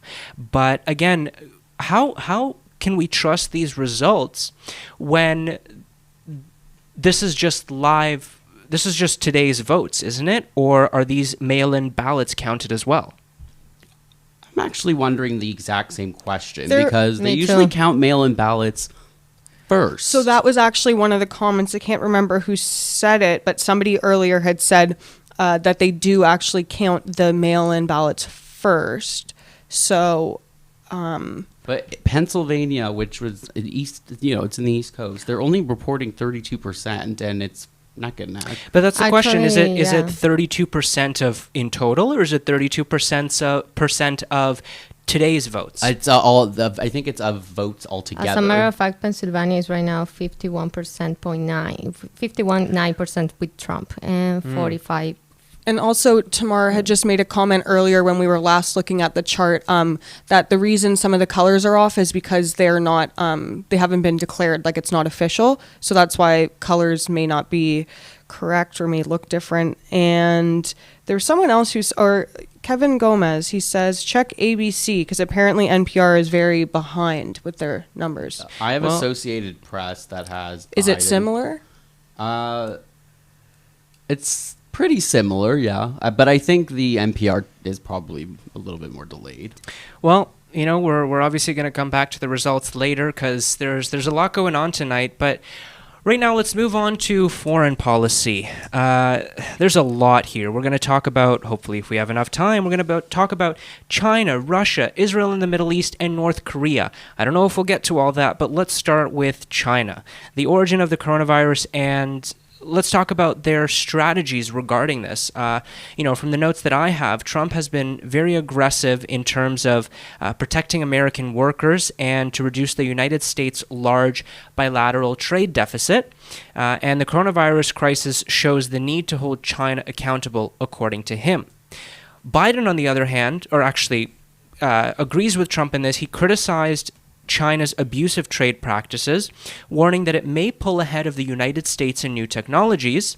However, while he agrees with Trump that there should be a more aggressive pushback on China, he believes that Trump is working too close with China and making them our ally. Thoughts? Well, one of my points regarding China, I said it before, is that both Biden and Trump agree in certain aspects when it comes to foreign policy in China. Actually, I was reading an article just 2 days ago, and the headline was pretty much like, either Biden or Trump win, China is going to have a hard time. And, you know, it's because of what you said, like they agreed on certain points. Now, my disagreement with Biden is that he said something like, yeah, we're going to you know, challenge China, compete with China because we're having to we're going to have more investment in technology and blah, blah, blah. But in the end, it's like, where are you going to get that money from? Where are you going to get that investment from? If the people who can invest, you are going to tax them more. That's my question. That is a disbalance and a disconnect. Zehavi. Just sort of repeat the question so we can all be sort of... Well, just, you know, what do you think of both candidates' plans on dealing with China? I think Trump obviously is going to take a more hardline approach to China. That's no surprises there. But I'm curious to see how tough Joe Biden would be if he's elected on China, because he obviously supports funding the World Health Organization, something Trump took away, or I don't know if he officially did, but he proclaimed that he was going to defund the World Health Organization, or that America wasn't going to. But he's obviously taken a very tough approach on China, which... So, you know, tough approach on China. Let's talk about Russia then. Oh, I was just going to say to go back just to the holding them accountable. It's true. We need to. And just in terms of handling the virus, and you know, I can see why Biden and Trump would both agree on that. I think most people can agree that there was a huge irresponsibility. You know, it was like this time last year that they were having their first cases and they weren't saying anything, and that spread could have been stopped. So yes, holding them accountable is very important. I think, as much as I disagree with Trump on a lot of things, I obviously I don't want there to be any sort of anything harsh or violent or whatever. But I mean, we do need to hold people accountable for this worldwide pandemic. Could have been minimized. It didn't have to get to what it is now, and I think a lot of that has to do with China not reporting these cases and not saying anything until, like, I didn't even think COVID was a big deal until like the beginning of March, right before lockdown. I called it. Well, yeah, January. When I was last on the show in March, which was I think it was like the first... It was the second last show before we got canned. So that week, I think I said, like, you know, wash your hands and be responsible and all that way. But I was just sort of heeding what the public health officials were saying, which was that the risk of exposure is low, which is what most people thought. But then a week later, you know, all went into chaos. Well, you know, again, let's move now to Russia, because he has been very tough on China. What has Trump's reaction been to Russia? You know, From the sources that I've gathered, he has created good relations with Putin. He's dismissed accusations that his campaign cooperated with Moscow's interference in the 2016 U.S. election. Christina, you're already shaking your head. Because there's evidence. They're like, I don't know. He just frustrates me so Evidence much. of collusion? Yes. And of course he's going to say that it didn't happen. It's Trump. He's not going to admit he's done anything wrong.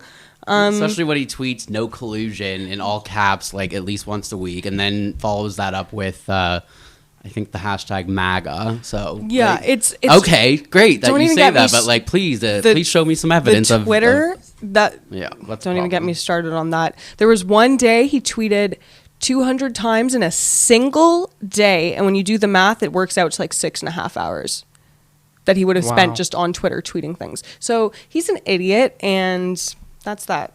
You've generally been coming to that conclusion tonight, haven't you? Yeah, I have. Anna, or you know what? First, I'm going to mention Biden's policies, and then we're going to go to you, Anna, for reaction. Biden warns that Russia, under is I don't even know where I wrote that Russia is assaulting the foundations of Western democracy by seeking to weaken NATO, divide the European Union, and undermine the U.S. electoral system. So this relates again to collusion. He warns of Russia using Western financial institutions to launder billions of dollars, money used to then influence politicians. Anna? Well, that is Russia being Russia, pretty much. I agree on that statement. And they have a lot of influence in a lot of different countries actually, and yeah, they love laundering money. That's a matter of fact as well. And the fact that now the other thing when it comes to Russia is that it's not recommended that any president of the U.S. comes and start putting the big hand in Russia just like that. And why is that? Because if there is another superpower, that has been Russia. Like since the Cold War years, the United States and Russia, let's just imagine a missile crisis like the one that they had in Cuba now. Like that's totally not recommended. So the thing is that one of the agreements that you could say that pretty much the United States and Russia did some many years ago is they know until what point they can bother each other. They shall not trespass certain geopolitical influence, because if they do that, that's like a mutually assuring destruction. That's what it could be. Do you think that Trump is bolstering Russia's superiority in the world? Because let me tell you, I'm Russian, right? So we get Russian news, Russian channel in our house, and I watch the Russian news just to see and study it. And what do they show about America? They show riots, they show protests, they show the country in disarray. So whatever's going on in the States is helping Russia. Oh, right? Yeah, absolutely. And they're making a mockery out of it, too. Oh, absolutely. Yeah. Like, it's just a matter of watching Russia Today. It's just a matter of watching Sputnik News. Like, the influence of Russia in the West is huge. And whenever something bad happens in the United States, that's what they show to their citizens. Whenever something happens in South America, because it happens the same over there, like they support every left-leaning leader in Latin America. So, that's how it goes. So For the most part, except for Brazil. No, yeah, they don't support Bolsonaro. No, most of them don't. Yeah. Russia is clearly... What do you think is going to happen with Russia? Let's say Biden wins, right? How is the relationship with Russia going to change? Zehavi? Well, for starters, we're not going to be so cozy with them, period, point blank. I should say, the United States. Biden will take a harder approach to Russia if he's elected than Trump. That's been one of his main criticisms. The Democrats' main criticisms of the Trump campaign and of the Trump administration was their coziness with Russia. I don't really know what my opinion is on the whole Russian hacking. I definitely think there's something fishy's going on. I don't know if I really care enough to pay much attention to that, but I think U.S. democracy is definitely not safe. I don't think any democracy around the world is safe from cyber attacks, that is. And I'll be curious to see if Biden wins, what he'll do differently with respect to Russia. But I know for certain that it would be a lot more hostile approach than how Trump has been. So in terms of less hostility, let's talk about Israel and the Middle East, because Trump's approach has been defined by strong support for Israel and a more confrontational stance toward Iran. He promises to bring what he calls the end to endless wars in the region by withdrawing U.S. troops, and he had the Abraham Accord signed, like you mentioned earlier in the show, between Bahrain, United Arab Emirates, and Israel. So he's clearly been a big supporter of Israel, and the public seems to like that, right? Whereas Biden, he wants to revive talks with Iran. He remains committed to a two-state solution. Biden could be the first U.S. president in a generation to devote little or no effort in this endlessly glimmering prospect, devoting himself instead to improving conditions for Palestinians and lowering tensions with Israel. Again, this is coming from sources that I've read. My opinions are not going to be mentioned on the matter at all because I am the host and moderator. And one thing is that in 1982, because he's been in politics for a long time, in 1982, he threatened to cut off U.S. aid to Israel in a heated exchange with the Israeli Prime Minister. And the Israeli Prime Minister said, well, okay, we're going to defend ourselves. So what's the contrast, and what do you think is going to happen if Biden comes back in power, right? Like, so many countries are moving their embassy to Israel, and Arab countries are beginning to normalize relations with Israel. Do you think that Biden is going to continue that path, or is he going to reverse course? I don't think that Biden is necessarily going to reverse course when it comes to Israel's normalization of peace with different countries in the region, in the Arab region. And I think we already got a glimpse of that when he was asked, would you reverse or would you do anything differently with respect to the peace deals that Israel's been making? And he said he wouldn't. He actually, I don't know if it was reluctantly or kind of a, understated support of the peace deals, but he supports it. And I think Joe Biden, the candidate for president in 2020, is not entirely the same as Joe Biden was in the Senate 40 years ago. But there's no question about it. Foreign policy with respect to Israel and the Palestinians would take a shift from the Trump administration. That's one of the concessions I think a lot of American Jews probably are going to probably making. But I think for them, it's not about foreign policy. I'm sure a lot of people appreciate the peace deals. I think they're great. Mm-hmm. I don't care that Donald Trump's name's on them. They're done. That's all that matters.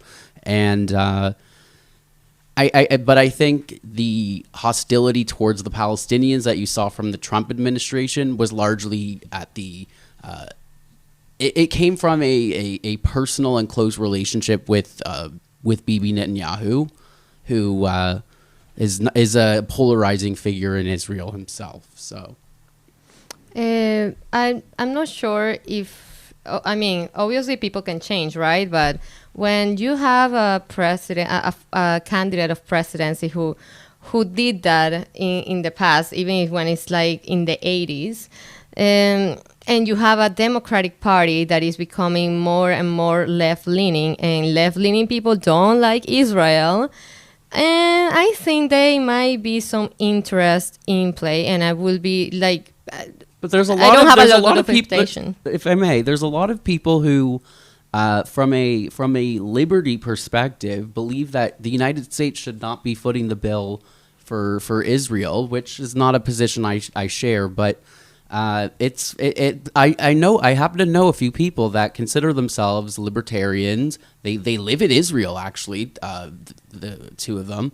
And they support they support the position that Israel should fund its own military, and that like the United States should not, it's not the United States' place to dictate what Israel does. No, because that also just leads to it pulls the states into so much more conflict and war than they need to be involved in. Not that we do as a world we do that, we step in and we help.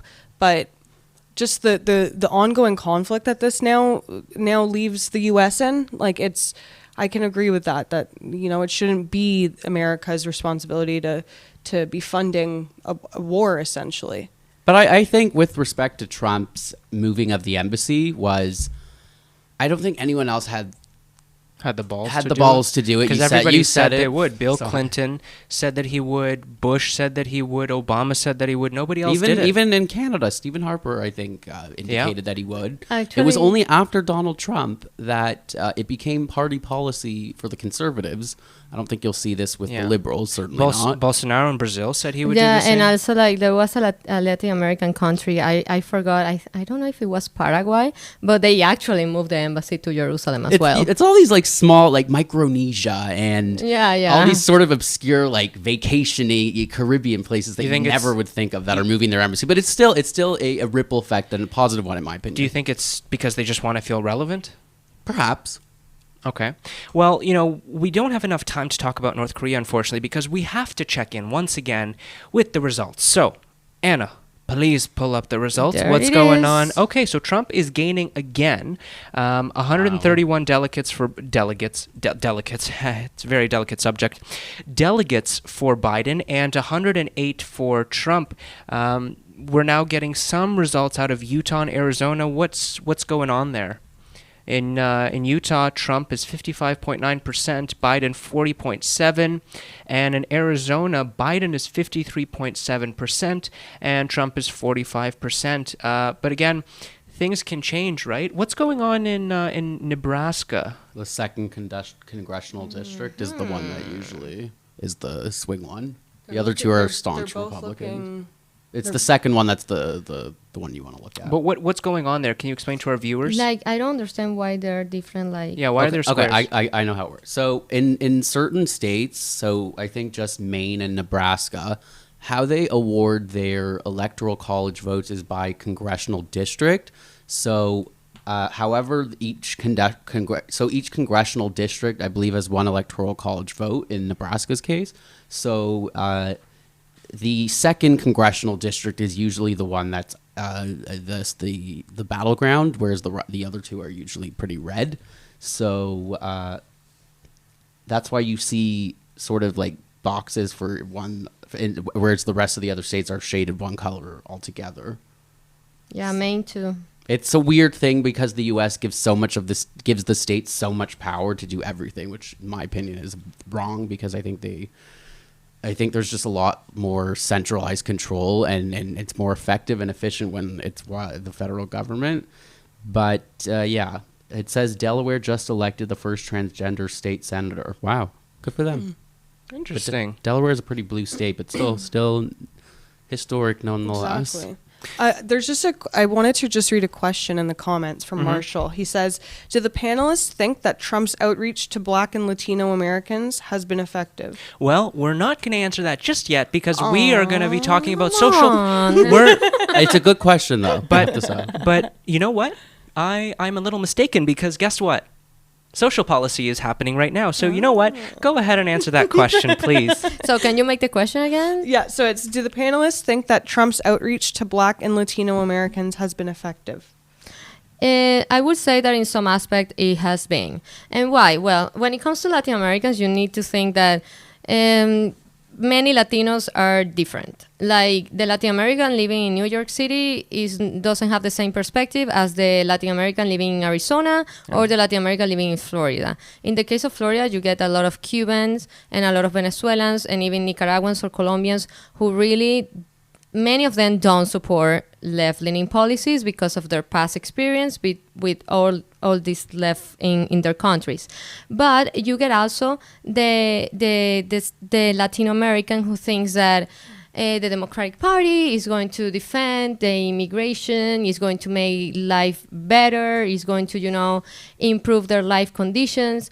But the reality is that in many cases, this ends up being empty promises. And, I think that one of the key things that affected in the case of the Latino vote is the fact that in the previous administration of Barack Obama, he made a lot of promises and he ended up deporting like 8 million of people. It was absolutely insane, the rate. And, that led to a lot of, people not trusting anymore.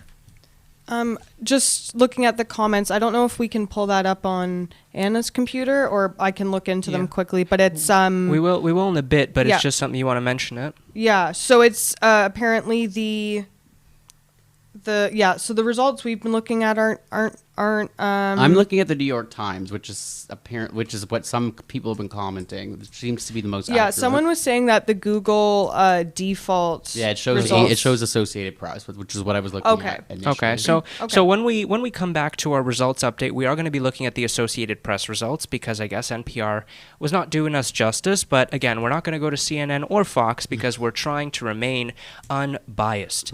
But let's go back to what we were talking about, which was minorities. So, Trump is, and this is true, Trump is the first U.S. president to be pro-gay marriage when entering office, even though, just like every other president, at one point he was anti-gay marriage. And in regards to his, disdain, I should say, maybe that's the word, for the LGBTQ community, he banned transgender people from serving in the military. He also talked about a Muslim ban when he was running for president. He doesn't believe in systemic racism. And as mentioned earlier, he dodged Chris Wallace's question about condemning white supremacists. So with regards to that, what's his record? He has a bad record with that sort of thing. And I mean, I think as with any leader, these things are going to be skewed to some extent. You know, the second Trump, and this is coming from a Trump hater, the second Trump kind of steps, you know, says something that could be skewed or misinterpreted, the, you know, social media jumps on it and automatically accuses him of being whatever bigoted thing they have to say. And I agree for the most part that he's really he's quite harmful for communities like the LGBT community.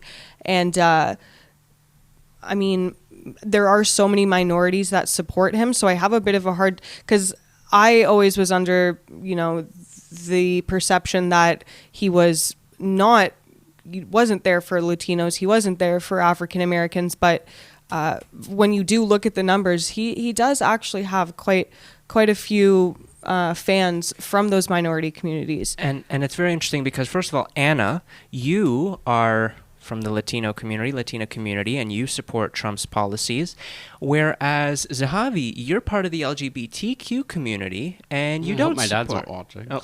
No, I'm just kidding. You didn't hear that. And you don't support his policies.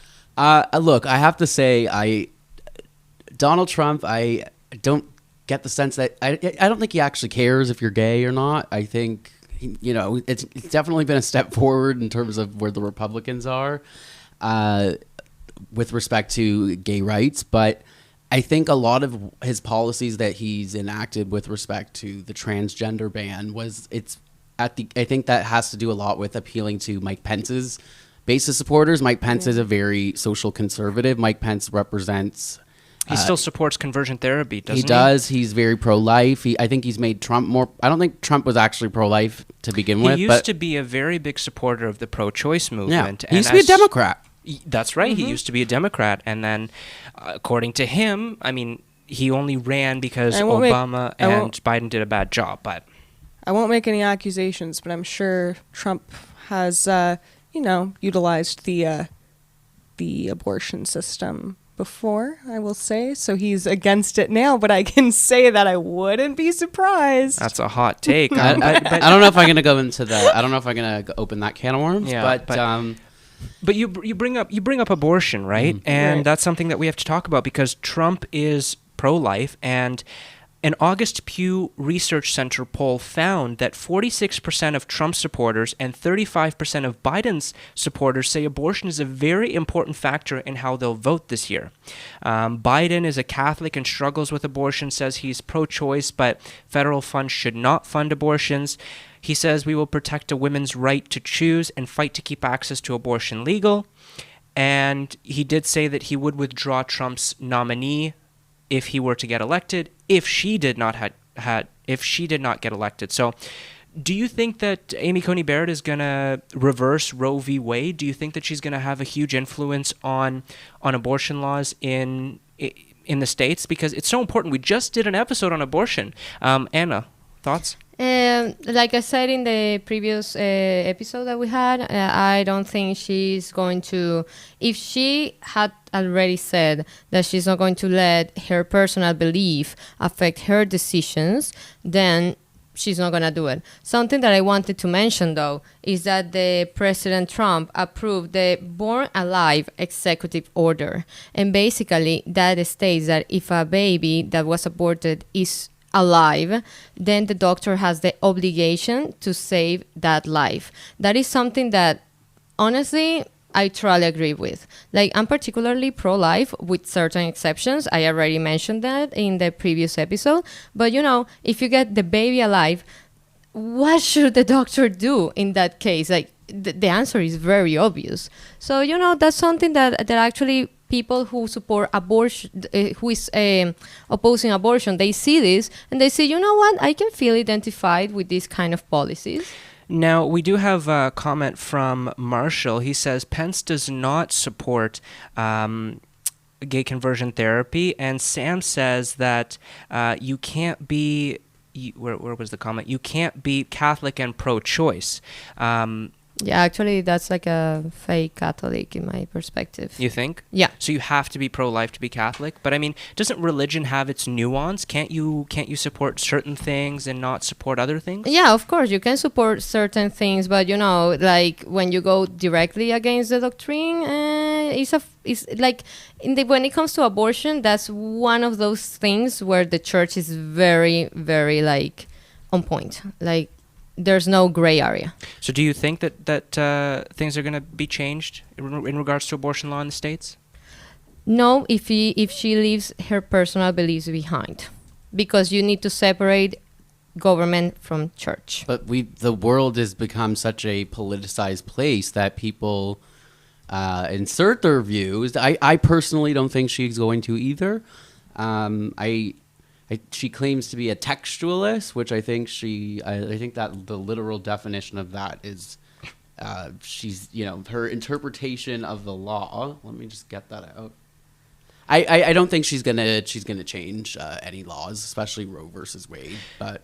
That's where we're going to leave it right now, because we do have to take another look at our results. Finally, we're looking at the New York Times results. I mean, every news source is biased, but we're going to give it a shot. So let's take a look right now at the results. We're at 131 versus 108. Joseph R. I didn't know his name was Joseph, but that's his name. Joseph R. Biden Jr. has 131 delegates and 108 for Donald J. Trump. Let's scroll down just to see what's going on over there, what states have been called. Illinois has gone blue. Indiana has gone red. Kansas was leaning blue at one point. It's red now. I guess it was expected that Trump was going to win the South, right? Is anyone still here? Yeah, we're here, but we are looking at it. All are looking at it. I see Arizona, which was a red state last time, and the Sun Belt, that they say Biden is poised to improve the Democrats' showing there. He's up by 9. Wyoming, and that's with 75% of the polls reporting. Wyoming is red now. Well, that's always a red state. Is it? Yeah. Wyoming? Listen, Wyoming, why bother? I don't know anymore. What else isn't important? I mean, let's look at New York. New York is obviously going blue. Connecticut is going blue. Vermont is... That whole area always goes blue. We're not getting anything out of California, right? Have the polls closed there yet or no? No, I think they closed at 11. But Nevada it's the states that that in the Midwest, so Michigan and Pennsylvania, they're only reporting just under 40%. Let's look at Ohio, 82% reporting. What's going on over there? Trump's up by about 7 points, maybe 8 points. Yeah, so things. I don't think they've counted mail-in ballots yet. I'm reading conflicting things, but I think they're counting election day votes first, which would make sense because they're the ones you have right offhand. And a lot of people are saying that that Pennsylvania, the reason why the reporting numbers are so low is because a lot of counties have not started counting those mail-in ballots, which people claim skew Democrat. We are nearing the end, and unfortunately, as such, we are going to have to skip the environmental policy portion of the discussion because first we're going to talk about our contest one more time. This is your last chance. Where the hell was my notes? This is your final chance to enter our special contest. You could win a $75 Amazon gift card brought to you by Primitive Power Training just by commenting on our feed. Primitive Power Training is not your average gym. It's the whole package. With its science-backed rapid evolution formula, Primitive Power Training maximizes your progress and minimizes your evolution timeline. Joining PPT isn't about going to the gym. It's about changing your life. And once again, if you text PPT at 647-217-1116 with code the Raben Report, you'll receive 2 whole weeks free. So you could receive 2 whole weeks at the gym and an Amazon gift card. Thank you to Primitive Power Training. And I did want to mention earlier that Primitive Power Training is the gym that I go to, and it's really changed my life. During quarantine, I've lost 25 pounds, minimum 25 pounds. We're getting to the 30 mark. Good for you. I've lost 30 at the gym in my bedroom. Listen, for 5 months, my bedroom was my gym. I 5 months on Zoom with Greg from Primitive Power Training. I was working out on Zoom. Are we referring to the same thing? Never mind. What? Never mind. Keep going. Okay. So, again, this is your last chance to enter because we got about like 4 minutes left to the show. I mean, enter. You have 4 minutes left to enter into the contest. But, let's talk about not environmental policy. I saw someone commented, who do you think would be the best for the drag queen community? I think, yes, one of my friends is a drag queen. Interesting. Shameless plug for Carmen Del Rey. Love she puts on a heck of a show. Final predictions. That's where we are right now. Final predictions for what's going to happen in the States. Who is going to win? Anna, you're making an odd face. What do you think? It's because I'm so confused right now. Like, it's so unexpected, everything. I still think Trump is going to win.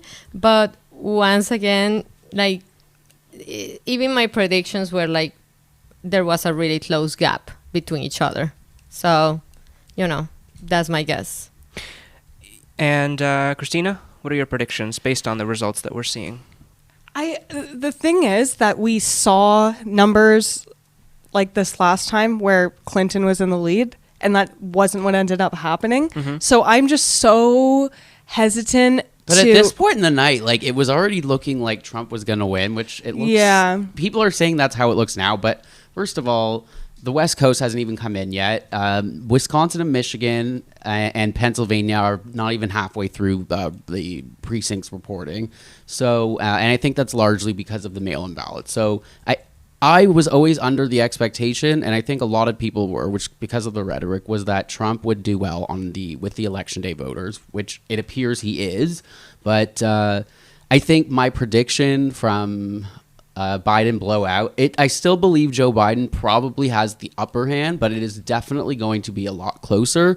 And that to me is quite concerning because I really believe that, people of all political ideologies in the United States, Republicans, Democrats, Independents, what have you, I really thought this was an opportunity for them to show Donald Trump and his administration that this type of how you've been running this country has been wrong, and that because we put party or country over party, and I think this largely speaks to a soft Trump a shy Trump vote. What the question that's on everybody's mind, and this is where we're going to leave it, regardless of which side wins, is the U.S. in for a civil war? I don't think so.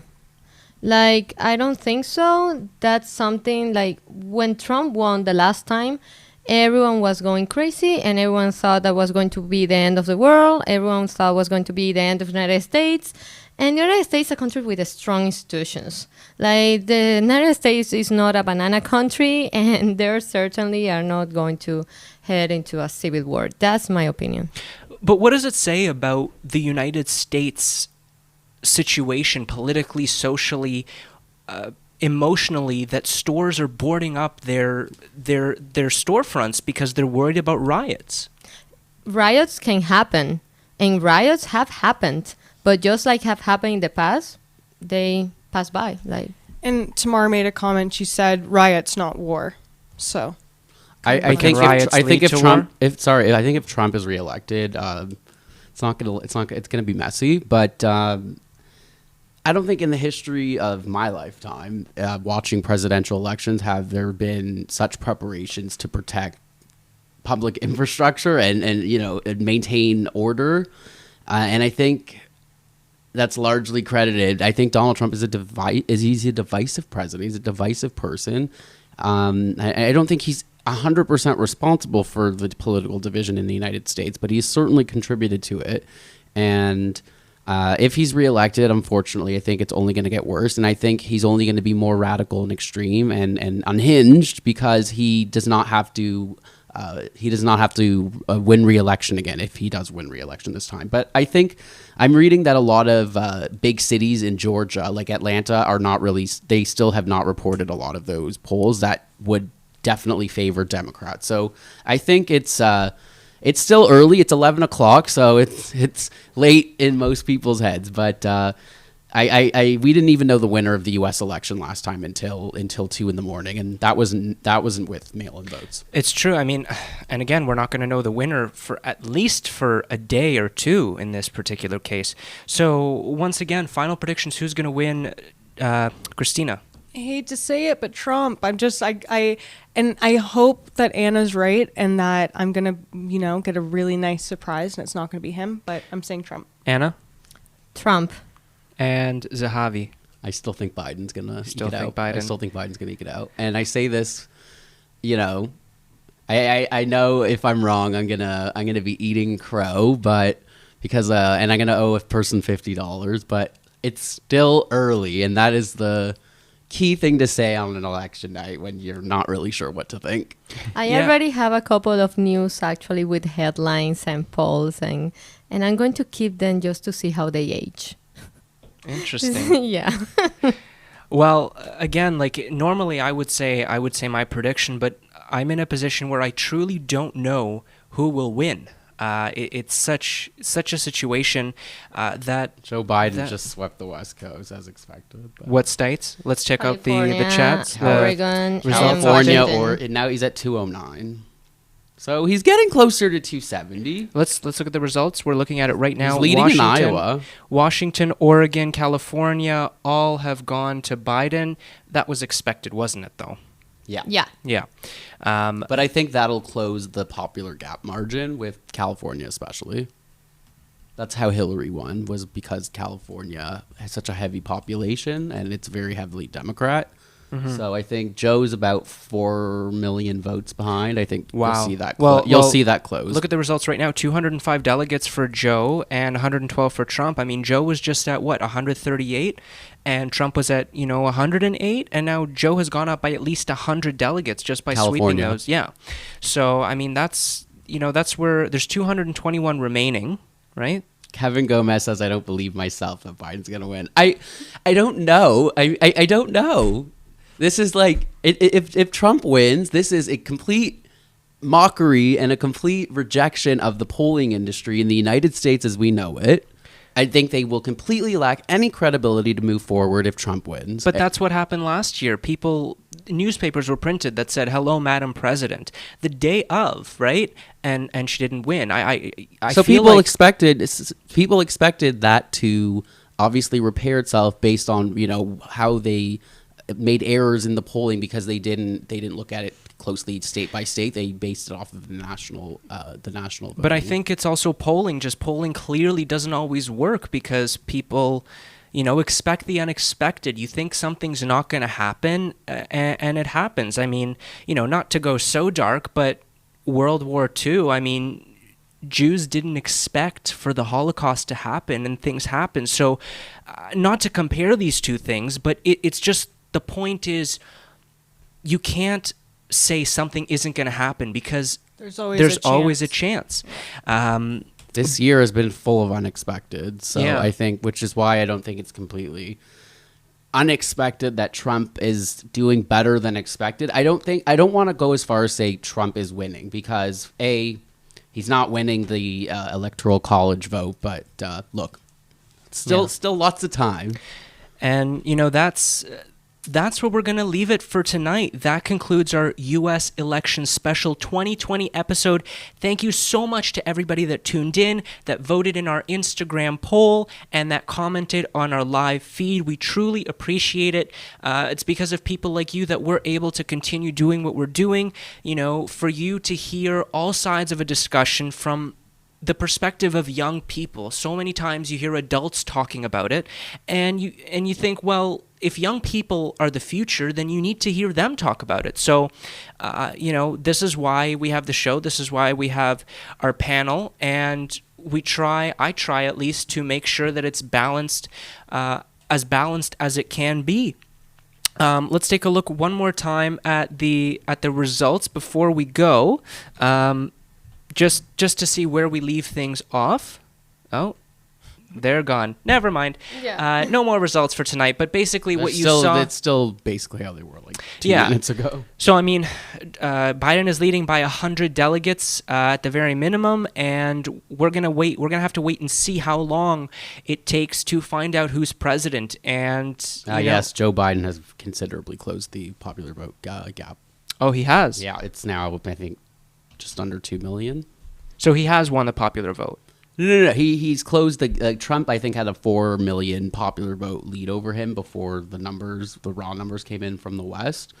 But as I said before, Joe Biden was expected to do well in California, which has a lot of votes. So he's closing the popular vote gap. But of course, that's not how these things are. And again, just wait and see. That's all we can do. Canadians are grabbing their popcorn. Americans are hiding under their bed sheets. There's only so much you can Putting do. walls in their houses. Yeah. Once again, I'd like to thank our incredible episode sponsor, Primitive Power Training, for your support of the Raben Report. The contest is now officially closed, and the winner will be announced tomorrow on our Facebook page. Zehavi, thank you so much for joining the show this week. It's been a pleasure to have you. You were here last time talking about the Democrats Part 2. So, it's great to have you back. What'd you think? Oh, it was fun. I mean, look, it beats the alternative, spending at home, sort of pulling out my hair or what's left of it to my computer itself. But I appreciate being here and for the invitation. Thank you. And as always, thank you to you, Christina and Anna, for your expertise, for your time tonight. You two have been incredible. Christina monitoring the Facebook Live comments, Always. and Anna monitoring the live election results. So thank you to you both. That's the end of our show. Once again, thank you to everybody that tuned in, that commented, that voted. The Raben Report will be coming back to you next week at our regular time. I'm your host, Elliot Raben. Have a good night, everyone.